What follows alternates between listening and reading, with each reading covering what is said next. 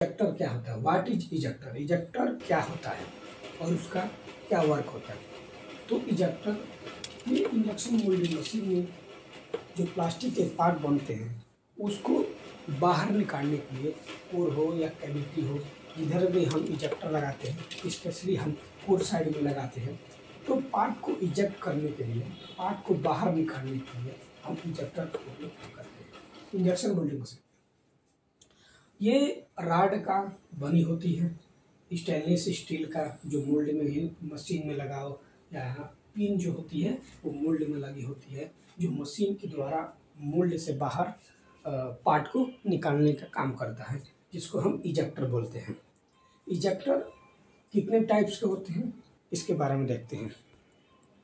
देखिए, types of ejector. First आता है मैकेनिकल इजेक्टर। मैकेनिकल इजेक्टर क्या होता है? ये जो इजेक्टर होते हैं ये मशीन से जुड़े रहते हैं। अब मोल्ड से जो पार्ट बनता है उस पार्ट को ये बाहर निकालना या इजेक्ट करने का काम करते हैं। जैसे मशीन में ही वो रहेगा, अलग से कुछ नहीं लगेगा। जैसे अलग से किसी में राड लगता है तो उसमें अलग से नहीं लगाएंगे, वो मशीन में ही फिट रहती है। तो वो मशीन में ही फिट रहती है और उसके द्वारा हम मोल्ड से पार्ट को बाहर निकालने का काम करते हैं, उसे हम मैकेनिकल इजेक्टर बोलते हैं। सेकंड पॉइंट आता है हाइड्रोलिक इजेक्टर। ये इजेक्टर क्या होते हैं? इस इजेक्टर का वर्क हाइड्रोलिक प्रेशर के द्वारा होता है।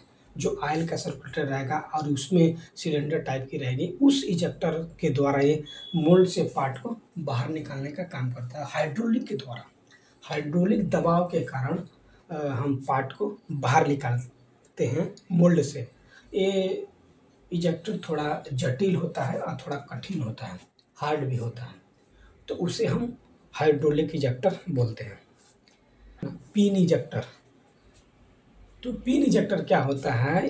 ये एक पतली सी छड़ होती है, लोहे का बनी होती है, स्टेनलेस स्टील की बनी होती है, जो छोटे से हिस्सों से में हम उसको टाइट करके रखते हैं, जिससे मोल्ड से पार्ट निकालने का काम करती है। पिन टाइप का होता है, और जो अलग से वो रॉड होती है या छड़ होती है जो मोल्ड में या मशीन में हम टाइट करके रखते हैं, जो मोल्ड में मारता है, जिसके मोल्ड में जो पिन लगे रहते हैं वो पिन के द्वारा पार्ट मोल्ड से बाहर निकलता है, उसे हम पिन इजेक्टर बोलते हैं।